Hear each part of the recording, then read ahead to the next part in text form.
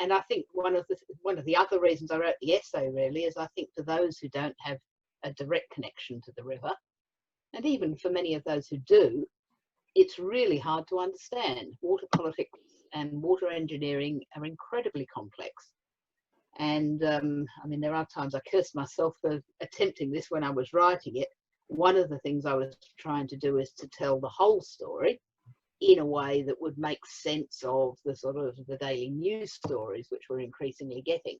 So somebody might hear about water theft, but they're not really clear where it is or how that works or how wide the extent of it is, or they might hear about a Commonwealth buyback of water and they think, you know, what's a buyback?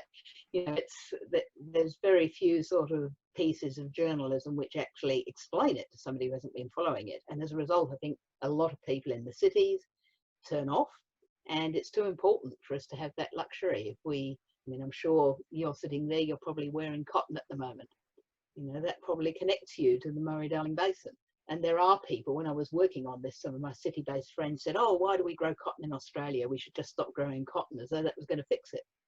Well, of course, first, that shifts the environmental problem to other countries, many of which are less regulated and less environmentally aware than ourselves. Secondly, Australian cotton growers are actually among the most efficient in the world in terms of their use of water.